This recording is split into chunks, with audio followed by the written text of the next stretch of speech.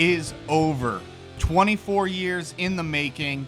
The Mariners are your 2025 AL West champions. We did it, boys. They did it. We did it. Group effort. The Mariners, AL West champions. I can't believe it. That's all we're going to talk about. We're so excited. Let's get into it. Hello, everybody. Welcome back to the Sogcast. I'm Patrick. I'm Matt. And I'm Garrett. Raise the banner, boys. Actually raise the banner. Let's For real do this it. time. Yeah, we're not just joking. This is great. The division. Are you serious? We were thinking about that halfway through the year when we were kind of in our slump. Like, this is our year to take the division. Things have to turn around. And this month, things have been crazy. We've been hot lava rolling over teams, just absolutely crushing teams. Since we were swept by the Tampa Bay Rays at the beginning of this month, we went into a tough series with the Braves and scored a shit ton of runs in our second and third games there. And something changed. Something clicked.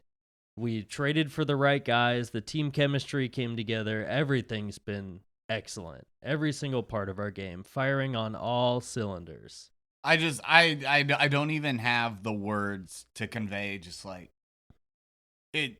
Like, I was there at the game when they clinched last night, and it was so weird. Just the feeling, like I can't even properly describe it. It was like a sense of relief, but I also, like, this year I just expected it. Like, especially as we've gone on this run, you know, the All-Star break, we came out incredibly hot. And then we were playing like one of the worst teams in baseball, and we thought maybe the Mariners are going to Mariners it again and piss away their chances. And then it's just been just on fire since. And when they won the division, it was just like, this was supposed to happen. Oh, yeah. This year. You know. When we were all down in the dumps, I remember being like, man, Cal's going to hit 60 home runs and we're not going to make the playoffs. Yeah. It was feeling bad for a little bit. Well, he did hit 60 home runs. He did hit 60 home runs. And we made the playoffs. Took That's the division. crazy. It is all set. We are the 2 seed. First round bye. It's insane. I'm just so overjoyed. Just beyond comprehension of just it finally happened. And this year, it feels so much more different than the wild card year. Oh, yeah, it does. When we were relying on chaos ball and just winning games in the most unorthodox ways with, you know, random like errors or freakish things happen. I remember that year we had the 4-game series against Boston or the Blue Jays.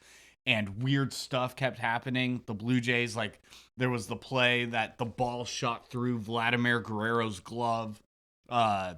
Stuff like that. Chaos ball. That was wild. And this year, we didn't rely on the chaos ball. We just relied on good, hard-fought, grinding baseball. And the fruit of the labors has paid off. It's just, oh my God, I cannot believe it's finally happened. 24 years, the Mariners are AL West champions. And the roster as it sits now is nothing like it was at the beginning of the year. Like, my expectations for this team at the beginning of the year changed completely when we made the big trade for Naylor and Suarez, because it extended our lineup. It made us a dangerous team. Every single hitter in our lineup was dangerous. It put Cole Young on the bench, Polanco back out there for his resurgence in the second or the third of the season, I suppose. He kind of started hot, had a weak middle, and then came back strong again. That dude has been crushing. And it made our one away lineup from 50. so deep, dude. Insane. So I don't know. Ever since the trade deadline, the Mariners have been threatening, and they keep getting stronger and stronger and stronger, and they have the most momentum of any team in the entire league. Both leagues. Oh, the Guardians. There's the Guardians. The Guardians have the most momentum. They do have some mojo, for sure. But I think the Mariners are right there with them. Oh. It feels the same for both fan bases right now with this resurgence, taking over the division right at the end, getting hot at the right time. And that's That's good baseball, like all around. I'm glad the Guardians are there too. Yeah. And honestly, this was the year to win this. Houston has been battling injuries extensively the whole entire season. Yo, they looked bad when we played them. Yeah.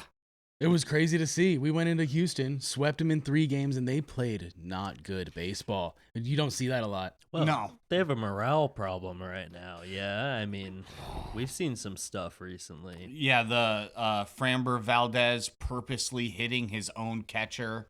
That's probably not great for team morale. Dude, that video was everywhere right away, too. Like, right when it happened, I saw the video. You were texting our group chat. My brother was showing me where we were, and I was like, dude, I've never seen that happen. Like, the look on the catcher's face, tells it all, man. Well, and the fact that Valdez, hit him and then just turned his back. I mean, it was 100% intentional. I don't know how you can hit your own catcher. It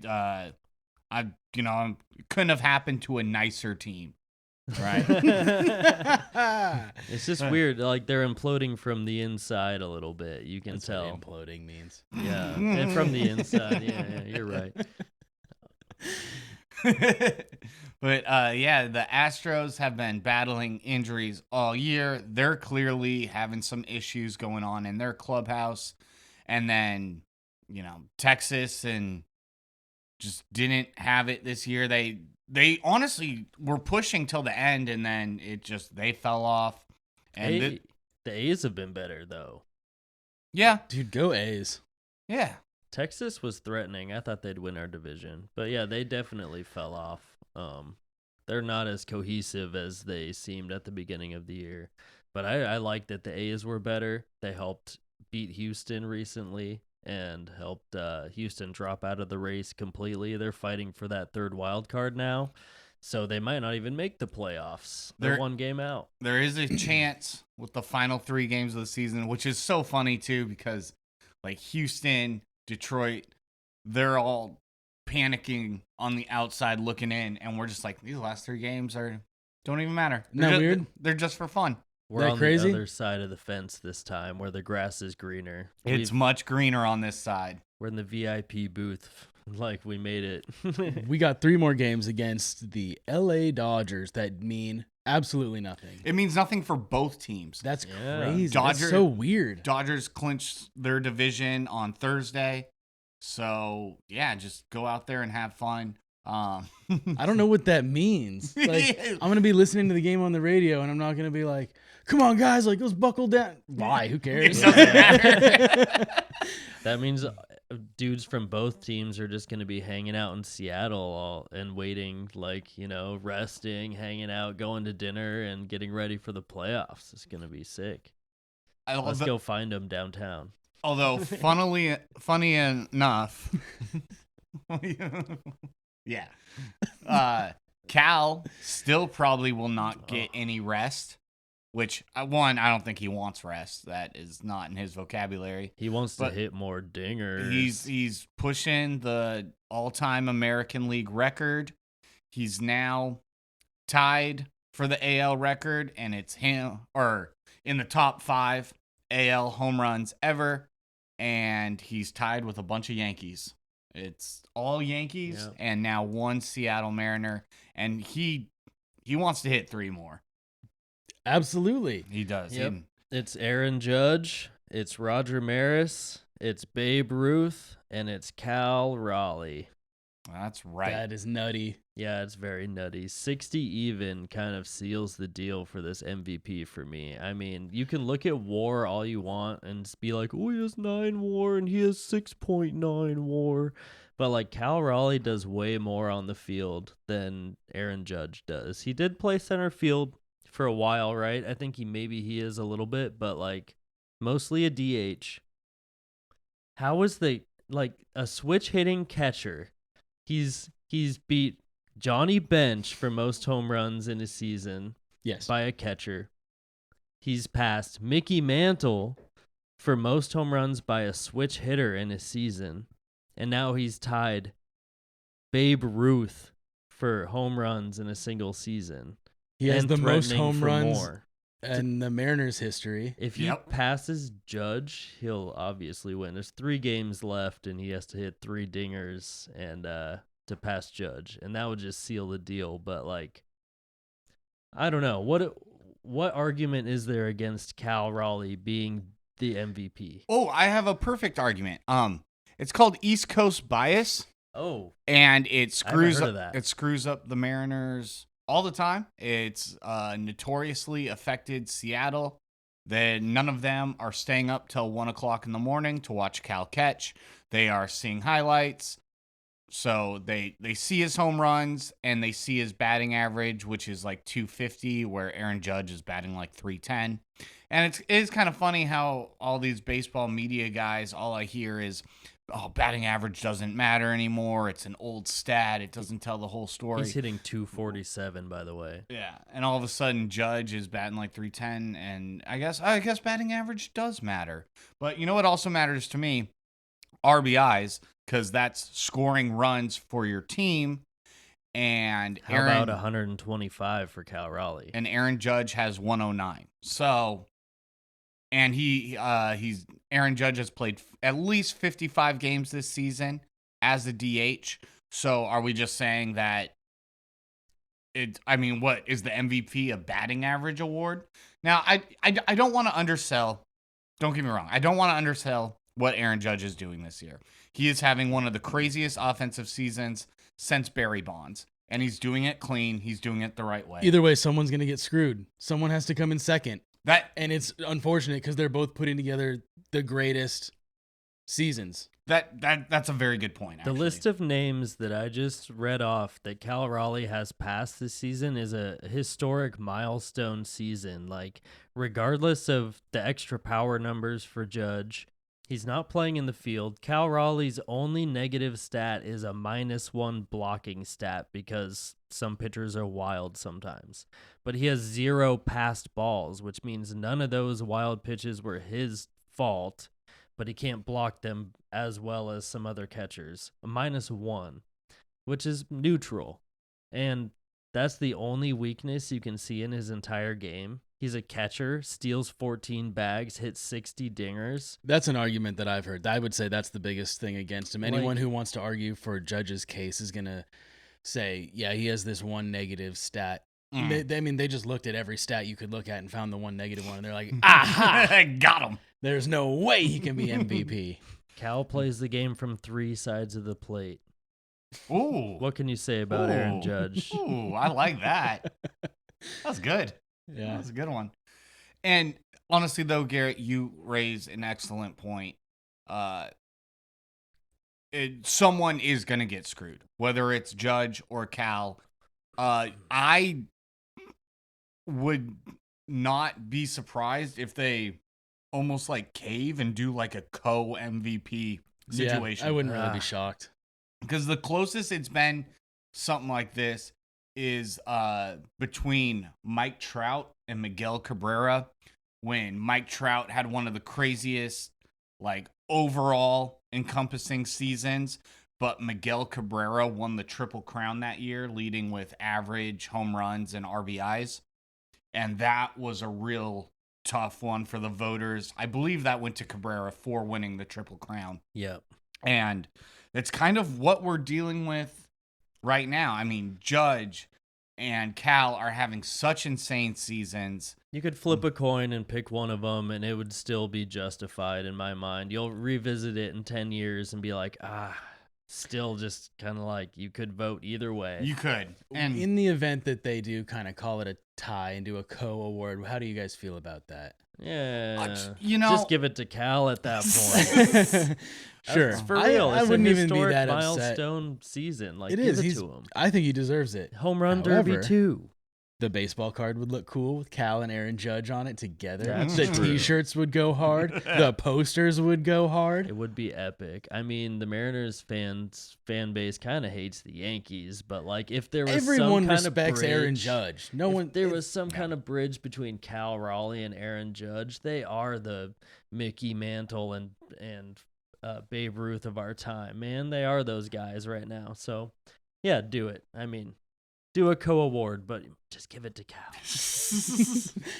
Either It's like how Patrick says every game matters the same, except some matter just a little bit more. That's right. It's like this award they go to both of you, But one of them is real. Well, Cal Raleigh is that guy, though. And I will say this. If Cal does not win the MVP this season, no one is ever going to forget that this season that Cal had. So many records broken in 1 year. You know, if Judge wins it, people will look back and be like, oh, yeah, he had an awesome offensive season. He was hitting the hell out of the ball, average, power, all that, the whole nine. But Cal is going into the record books a million times for a million different reasons this season. It's definitely not a season that's just going to get, looked over and kind of lost to the annals of history as the years go by. You're not going to be like, oh, yeah, remember that one? No, it's like, that was crazy epic. Yes. If it goes to Judge, then people will be like, oh, but Cal. Excuse me. And if it goes to Cal, they'll be like, oh, but Judge. Yeah, I mean, it's tough. There's not a clear... I like it, though. That means there's two really great players having a race at the end of the season to get that MVP award. It's kind of superficial, but, would be a great cap for Cal's season. Just how decorated he is. I mean, that home run derby award, oh my god, that MVP, just to put together that kind of season and have all that stuff in your trophy case is not... I mean, that's not a joke. I mean, I wonder. It's badass. I wonder what happens if the Mariners and the Yankees meet in the playoffs. I mean, imagine the fanfare on that, and then the arguments going each way. Because even though they hit the same amount of home runs again, like, what are we gonna do? Someone has to win. Rock, paper, scissors for it. Because even though MVP is supposed to be based on the regular season, the regular season stats, right?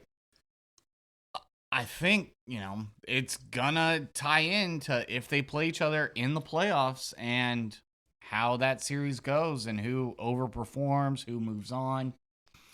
Yeah, I mean, the thing is, at the end of the day, it is a coin flip on who's winning MVP.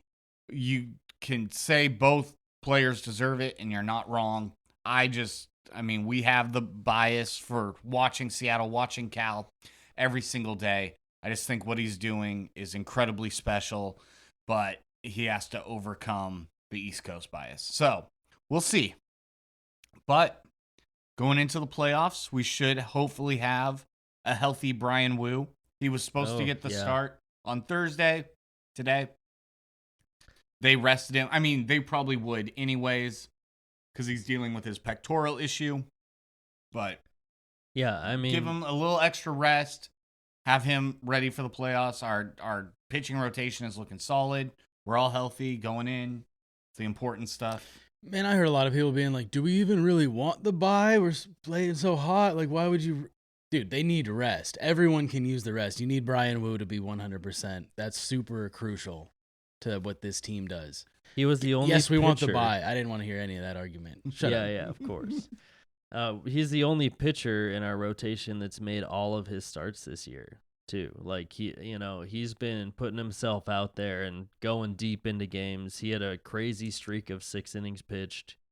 The dude has been phenomenal.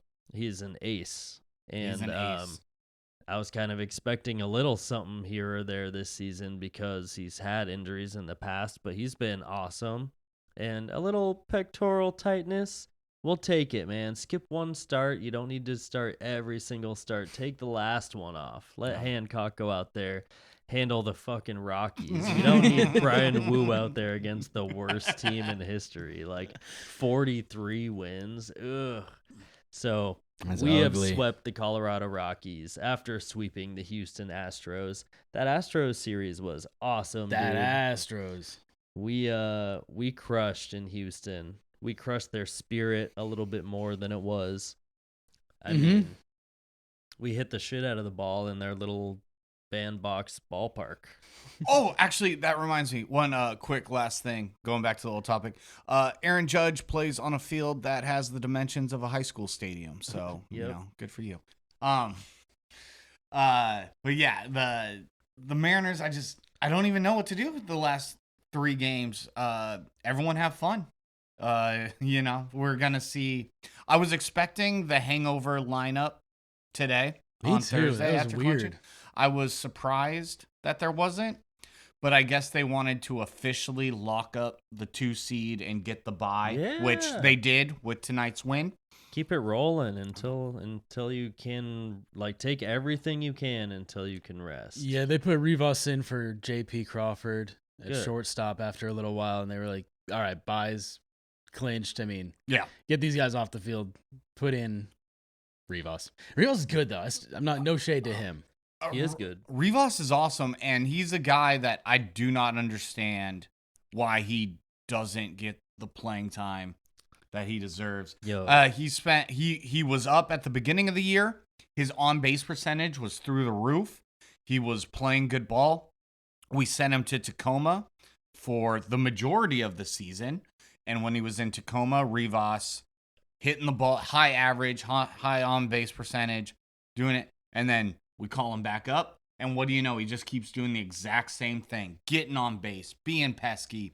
Leo Rivas is a very solid dude, and I hope to see more playing time for him in the future. I mean, it is kind of hard, where do we put him? Our bench is strong, and that's a good thing. If we need to sub out Polanco because we're ahead and we need to hold him, we put Leo Rivas out there or Cole Young out there. Having a strong bench is awesome. If there's nowhere to put them, great. Keep those good players on our bench. We don't have a weak spot. You know what I mean? Very true. Even Garver's having a better year. He's seeing the ball better and having better days when it's his turn, especially on the road they play him. So, I mean, we hoped he'd have a better year than last year, and he has. He has. It would be impossible It would to have not a better year. Come on. It was miserable. The only thing is, since these last 3 games do not matter, give Harry Ford the start, huh? Yeah. Absolutely. Let him You catch. have to. Put Harry He's just Ford been in there. chilling, man. He's- He's gotten, 4 at-bats? He had Since one he's gotten walk-off. called up? Yeah. Yeah. That's wild. Why Walk-off sack wouldn't fly. why wouldn't you want him playing the game? Yeah, and Even in Tacoma. There's Yeah. 3 catchers right now. We're not using one of them. He's just chilling. And that was one of the things that we said we didn't want to happen. Right. Is for Harry Ford to be called up, and then now he's not playing at all. He's just sitting on the bench. He's put on ice. Yeah, and I really don't understand that move. I do know that on Wednesday's game, after going into the 9th inning, they put Harry Ford in to catch the 9th, which was cool. So Yep. he got to be out there for the final pitch to clinch the division. That was cool. That was a cool moment. But it's what are we doing with Harry Ford? Well, look, the dude's really young, right? We call him up. He has some at bats. I think he gets to just feel out how everything works up here, right? He's there, but he's not playing a lot yet. But he's getting the feel for what it's like up there. And if there's a catcher injury when one of our catchers is DHing and the other's behind the plate, kind of fucks us because our pitcher would have to DH if our DH catcher has to switch to catcher. I feel like they're just kind of shoring up their depth there. We don't have Dylan Moore to possibly catch anymore. We never got to see it. That's a damn shame. But that was our third string. If we have to, we're strapping the pads on. I don't Dylan think Moore. it was ever even a thought in their mind. It only existed in my mind. But it is risky to have a catcher and a DH, your backup catcher. That is true. Yep. And that's what they're doing. That's why he's there. And also, you do raise a good point of him just being able to view the game, right? Observe the game at the major league level. And honestly, you kind of convinced me to change my opinion a little bit because, yeah, I guess now it is near the end of the season. We were in the playoff push. Now the games don't really matter as much. So I guess it's kind of good just to sit and see the field, see the major league level. Yeah. And then, if he gets some playing time in these last 3 games. Dude, he's getting playing time in these last 3 games. If he's not in the game in this series, I don't know what we're doing. Like, he's got to be in those games. And Cole Young, too. Everyone should play. Everyone should rest and get ready. Realign. I mean, okay. Everyone should play. Everyone should rest. I mean, the people who have played the most innings should rest. The people who have been sitting on the bench on ice should play. Yes. Yeah. And we all get an equal amount of rest going into the playoffs.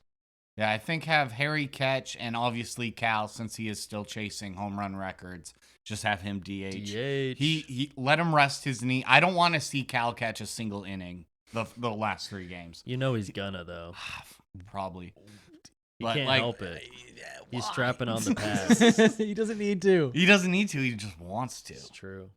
Well, we'll see what happens. I want his knees to rest. Yeah.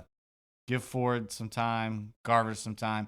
Garver also, this sometimes goes under the radar, but Garver has postseason experience. He has World Series experience. Yeah. He has played under the brightest of bright lights, and I think having that kind of veteran presence on the team could be very beneficial for these guys. Like, even though Garver hasn't been the best player for us and all that stuff, I think the guys will look to him for just kind of some guidance or some advice or whatever on dealing with these really high pressure situations when the lights are incredibly bright. It's no longer local TV. It's all national. I believe Garver can help out a lot in that aspect. When we got Garver, the whole message was like, yeah, he's a guy who's been there. He's a winner. But then, like, he has terrible stats at home at our stadium. Like, he's never hit a home run at T-Mobile, even though he's in our division. And those were the 2 things about Garver. Is like, he brings that veteran presence. He's been there, done that. Sucks at home. well, and it's actually kind of proven to be that way. And now that experience is rearing its head and showing another strength for our team from the second string. Yeah. And I do think when if my numbers are correct, when the Mariners signed Garver, he was from the Rangers. He was currently 0 for 33 lifetime at T-Mobile Park. He had not had a single hit. Sounds about right. In T-Mobile, despite being in our division. His first hit was a double to left field corner, maybe? I think so. Yeah. Damn, dude. Garver. What do we do with Garver? Well, his contract's up at the end of the year. He will it. no longer be a Seattle Mariner. Which we get to see Harry Ford on Sundays. Harry Ford, yeah. Harry Ford on Sundays. All right. But Garver has improved this year. How can you not? Okay, but like by a season. Decent amount. Yeah. It's not like He's got fine. Whatever. He was serviceable. He's a serviceable backup catcher. Yeah. I'm glad he turned into a backup catcher and not like our DH like we thought he was gonna be. Like, our lineup has improved so much. It is. Yeah. It is just so nice to see the roster that this team has put up to clinch the wild card back on Tuesday. Right, yeah. When they clinched the wild card on Tuesday, Josh Naylor coming up, bases loaded, 2 outs, and he puts that one in the gap, left center gap. And I was trying to think of like the last time. Like, I felt like in the past, the Mariners would do like a random trade. We'd get a guy, not a Josh Naylor, right? An Abe Toro or something. Yeah, and you just like wait for them to show up in those big moments, and it never happens. And for Naylor, I mean, it really shows the power of this team this year. You trade for this amazing guy at the deadline. Then you have a chance to clinch a postseason. He comes up with the bases loaded and 2 outs, and he clears the bases with a double. And it's just like, this is what we've been waiting for. This is the team that we've wanted for so long. And it's just all coming to fruition. Naylor takes the game into his own hands. Like, I've seen him swing at balls just to like know the pitcher's going to make a mistake and he's going to be the guy to capitalize because he wants that game in his hands. And he's so intense, man.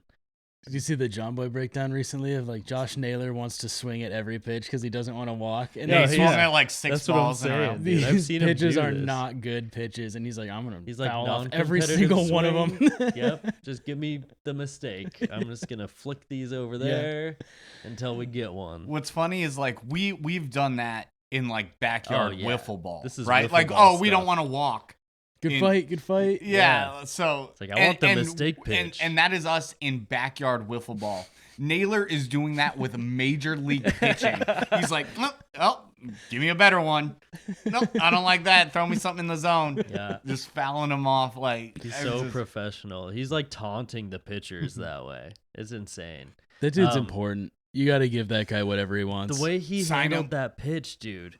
The way he handled that slider, the pitcher made a big mistake. Threw a slider, it was like a backup slider into the outer part of the upper zone, and he just launched it to left field, dude. That's a really nice piece of hitting. So you have to sit on that ball, wait for it to make a terrible break. It's just floating there, and then capitalize, like hit the barrel of the bat. Like, that was perfect, dude. That is such a nice piece of hitting. Yeah, Josh Naylor's the man. He is the man. I really hope the Mariners re-sign him. And honestly, the way the Mariners have been, they have shown that they want to spend money. They gave up their only first base prospect with Tyler Locklear. Yeah. So, yeah. I mean, do we have Luke Raley play first if we don't re-sign Josh Naylor? I don't know. It doesn't matter. Re-sign Josh Naylor. Give him $1 billion a game. Locklear more like lackluster. Wow. Oh. Yeah. No, Josh Naylor is a huge upgrade. We have to try to re-sign him. I think we definitely will. And he's come around so much. He loves it here. Yeah. Now you can see the energy. The whole team is just meshing very well. The fans love him too. Oh, they yeah. give him such a nice welcome every time he's at the plate. Josh Naylor gets like more applause than JP Crawford right now. Our fans have been so loud recently. Can we say it's awesome, dude? Yeah. Just packing that stadium, screaming MVP while Cal goes fucking deep as shit. The vibes are off the charts. I want to say I was sitting right behind home plate on Wednesday. Ooh, good day to be there. Sitting right behind home plate, and when Cal came up, it was deafening. The MVP chants, right? We're all screaming MVP, MVP. And for him to then just take that ball and just piss missile it to right field. I mean, he went upper deck. That was his 59th, and it was a beautiful thing to behold. Third deck above the Hit It Here Cafe. It was. Rich Eisen said, I think it landed at Lumen Field. Dude. It was. Honestly, I'm not even going to lie. I did not see where that home run landed. I saw it off the bat. And it's still going. I just screamed. Yeah. I mean, jumping around. No one saw where it landed. Had no idea where it landed. Rumor says it's in orbit. What a special team that we have this year. And the fact that it's not even close to our opening day roster. We have adapted and changed so much over the season. Lineups, who's hitting where, the add-ons, and just the team has grown. It became this. Yes. It became AOS champions. We did not start the season as AOS champions. It was not even, we were like, what are we doing with this roster? We had, it is, I do always kind of laugh in the 3 years that we've done this, at the end of the season, when we look back at the beginning of the season and the guys that we like hyped up, we're like, well, yeah, it's good to have them. I mean, we did it this year with Miles Masterboni and Dylan Moore being like, like, oh, two Dylan Moores and like They're gonna be such good role players, gap fillers. and then it turns out you don't really need gap fillers if you don't have any gaps. Yeah. And our 1 through 9 is so strong, we don't have a gap. Nope, no gaps. Josh Naylor and Eugenio Suarez were the gap fillers, and they Yep. filled that up with putty. That's going nowhere. Yeah. Dude, we straight up didn't have a first baseman or a third baseman Ugh. starting the season. Very Bro. true. More so, we legitimately did not have a first baseman, though. I mean, we had Rowdy Tellez. Donovan Yeah, we picked up Solano. Oh, Rowdy. Solano, I forgot about him already. After Rayleigh went down, Well, they still. picked up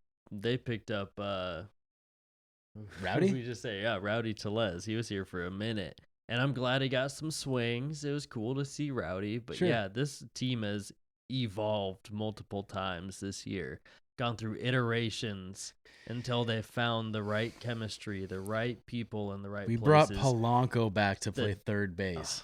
Dude, that was the dumbest idea. I knew it from the beginning. It's so stupid. The big And rentals, we fixed though. it That's They it. did with fix it. Ben Williamson. Ben Williamson Shout was out. solid. Yeah, Shout out Ben- Ben Williamson. And we will see more of Ben in the future. Chances are Suarez will not be on the team next year. We already knew it was a rental, and I don't see him fitting in to the future plans of the Seattle Mariners, which is sad, but also the right move. But so glad to have him back for half a year. We And- needed him. and he has 3 games. He can also hit 50 home runs this year. He hit 49 on Thursday, so he has a chance for 50.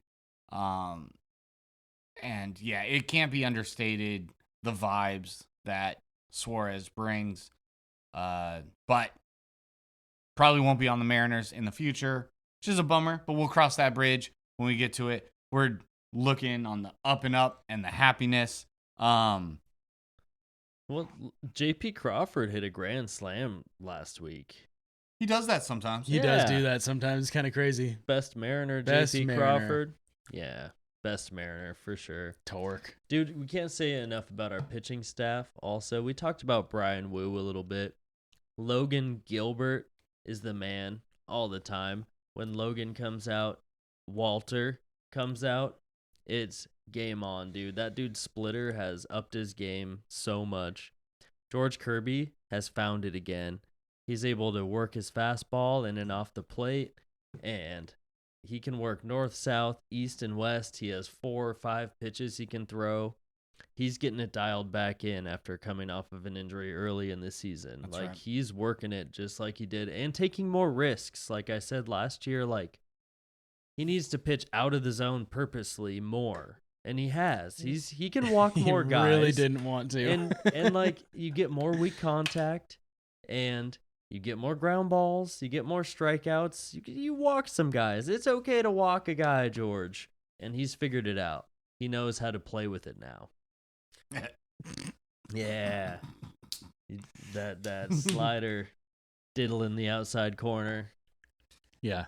And our bullpen, we touched on this a lot like last episode, but Bizzardo been absolutely insane. Yeah. This got me thinking too the other day. It just like, we've preached from the very beginning. Relievers are a dime a dozen. You never know what you're gonna get one year from another for a reliever. And just, I was thinking about how upset we are with the Paul Sewald trade. And then honestly, I couldn't even tell you what team he plays for. He might still be on the Blue Jays. I could be I wrong. think he might be.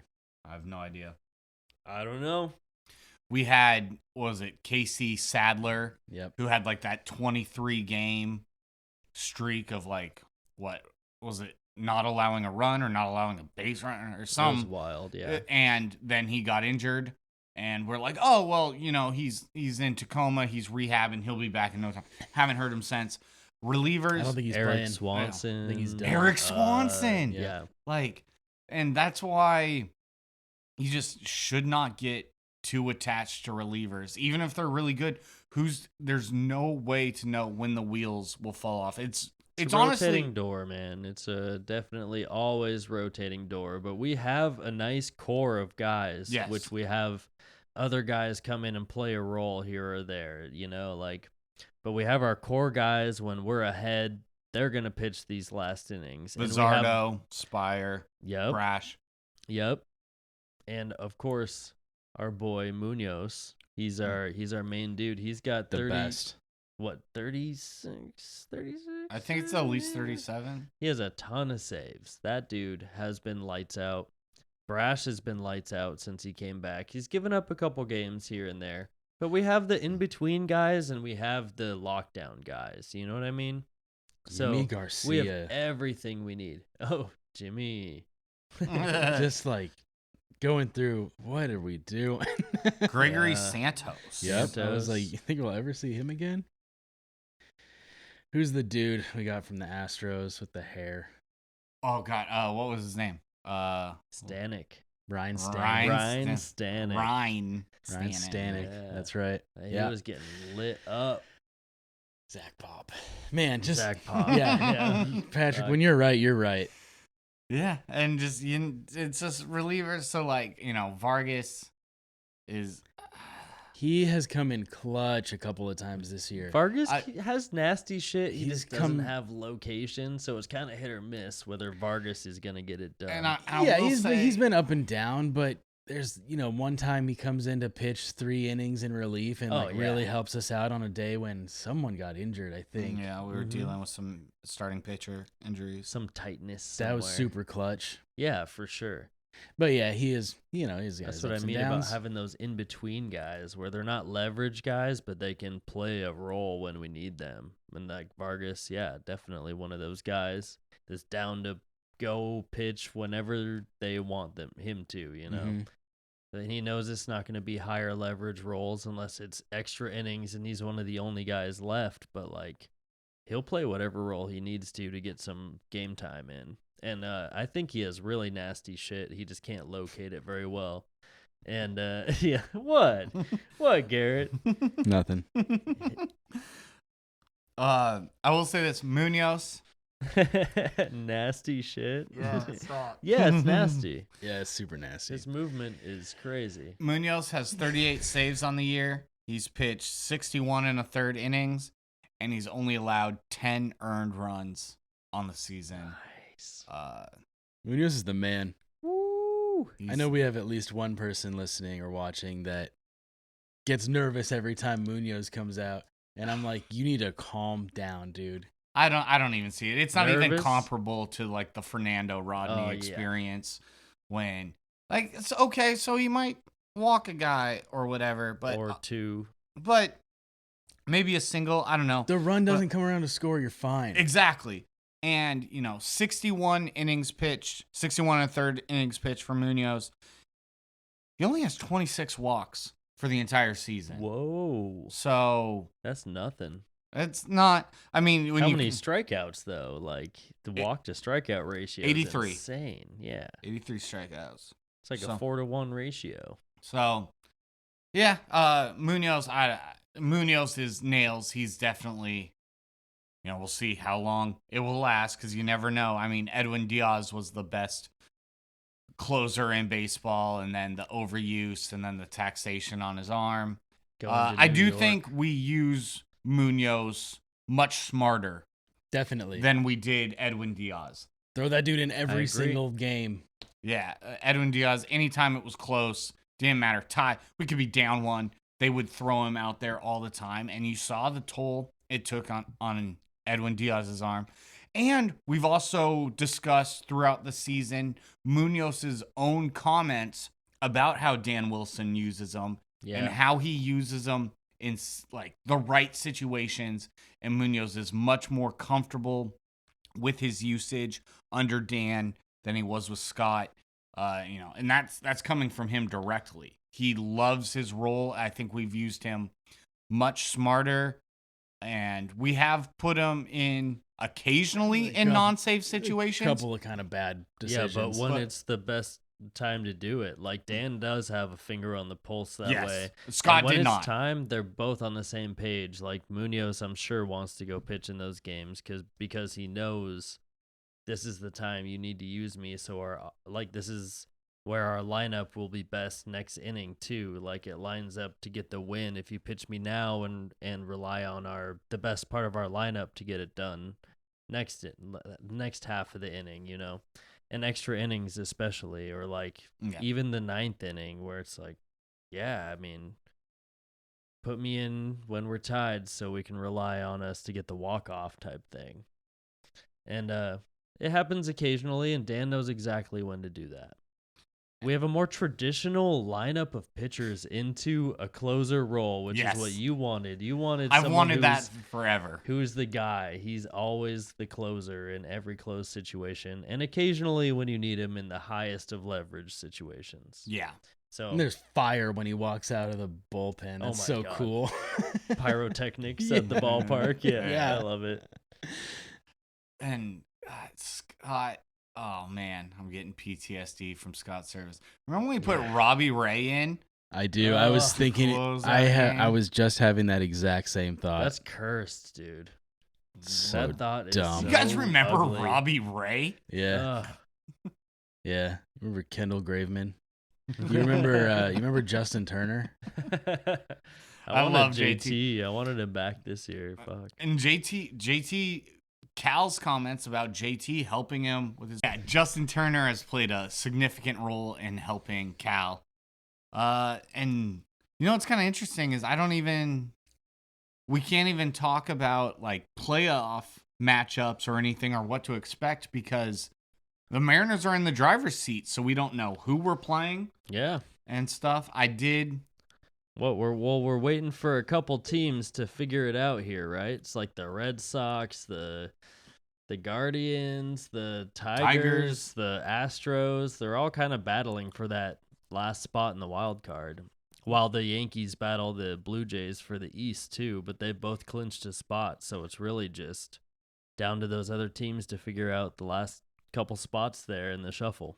And it's kind of funny thinking about them like in panic mode, sweating. We got to go out and win tonight, boys. and we're like, That's want to been start us. Cole Young tonight? Yeah, I mean, yeah. who do we put out there? Who do you want to pitch?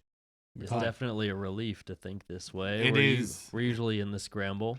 Yeah, we're either scrambling Down to the last game, and frustrated, Hoping or we're some- eliminated and depressed. hoping somebody else wins or loses, so that on the last day of the season, just stressing.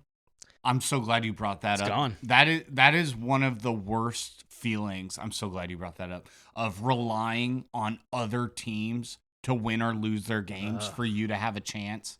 That is beyond frustrating and gut-wrenching and just like, oh, can they win? Can they lose? It's so stressful. It is, We're and just we- rooting for our local sports team, and we're like, we have indigestion about it. Like, jeez. Matt, Yeah, it's so nice to go in an interleague series. Matt, do you want to talk about 54% real quick? Oh, yeah, 54%. So, you know, Jerry and his 54% thing, right? He wants us to win 54% of the games. On average. And more times than not, you will make the playoffs if you win 54% of your games. Yeah. So right now, And everyone got very mad when he said that. yeah, but they did. if you look at the wild It card was a standings, bad time to say it. it was a bad time. So yeah, the wild card standings. I mean, Detroit is in the third wild card spot with 54%, and Houston at 53.5%, right below them, one game back. Boston at 54, almost 55%. So it's kind of a like fight for the second, third wild card spot. Hope you overperform and make it. And if you don't, too bad. Wasn't it wasn't your our year, year. yep. And it is kind of nice to be on that cusp, but I will commend the front office for making those rental moves. That's the best thing we could have done. They've made incremental moves. This year, it really paid off to go get those one-year rentals. And that's the difference maker this season. If we didn't go get those two guys, we're not where we are right now. 100%. 100%. Also, I will say two things about the 54% comment. One, clearly their math and analytics was correct because it is showing that 54% will get you into the wild card. Two, that being said, it is mind-blowing to me that your goal is to maybe weasel your chance into the wild card. Yeah. Right? How Like, about that should not be the goal That can't of, be what of you're. the organization. Gotta shoot for the division. And You got to shoot for the World Series. Yeah. That And should be If you your win intention. the division, you get a bye. You get it one more step towards the World Series without having to worry about losing a 3-game series. Some We dumb are- bullshit. and we I are a mere handful of games away from a World Series, you Ooh. guys. And I will say, I personally believe that Jerry DiPoto's thinking has changed since the 54% comment. We've seen it with the moves being made. It was clear that the goal this year was for over 54%, right? They saw it in the cards. But that their math was correct. They did run the numbers and be 54% should hit you, but like that should not be your goal. And the fact that Jerry's like, that's our goal. We gonna want to just weasel our way into a wild card spot. And look, that's where we'd be if we didn't have this crazy September. Yeah. If that dude didn't hire the Etsy witch to do a spell for us, if we haven't been manifesting so hard to make this happen, then we wouldn't be where we are. We'd be at 54% right now. This month has been an insane month of baseball. The Mariners are hot at the right time and are surging into the playoffs. Our pitching is going to be excellent. Our offense is scary and consistent recently.